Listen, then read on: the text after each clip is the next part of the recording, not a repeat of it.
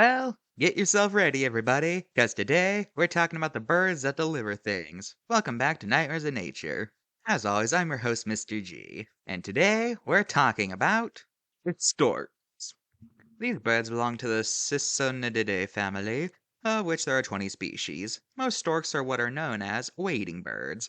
This is a description given to birds like storks and ibises and other birds like that walk through water searching for aquatic life forms to eat. However, some storks have more specialized diet.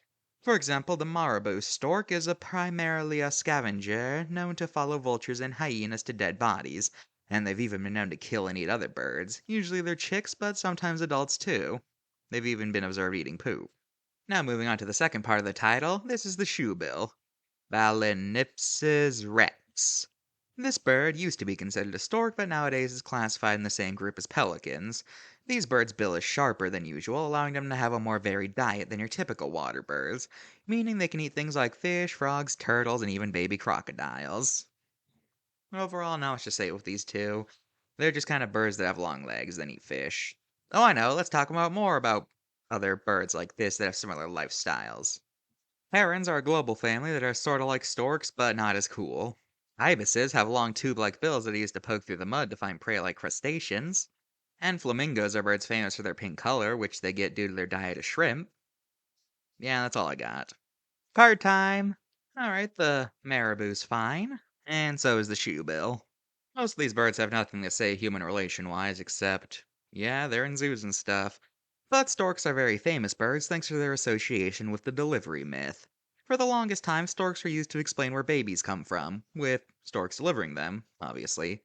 Now, adults never believed this, since, well, I'm pretty sure even back in the Stone Age, people knew lady get pregnant, stomach, then baby pop out. Yeah.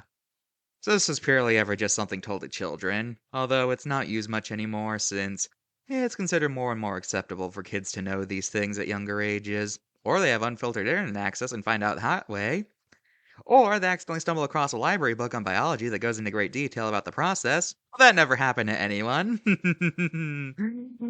I remember eventually the librarian had to take the book away because too many kids were, a little too into it. Anyway, this trope still does pop up sometimes in kids' media, but honestly, I love subversions of this, like the Pokemon Bombardier, who carries around a sack alright, but it ain't babies in there, it's rocks that they drop onto people. Or there's SCP-918, which is a windmill that sends out storks that don't deliver babies, but rather they kidnap babies, and then drop them into the windmill where they make baby powder. Doesn't even say that they sell it, so I guess the windmill just likes baby powder for some reason. That's all for this episode of Nightmares in Nature. See you guys next time, or something like that. I don't know. Goodbye.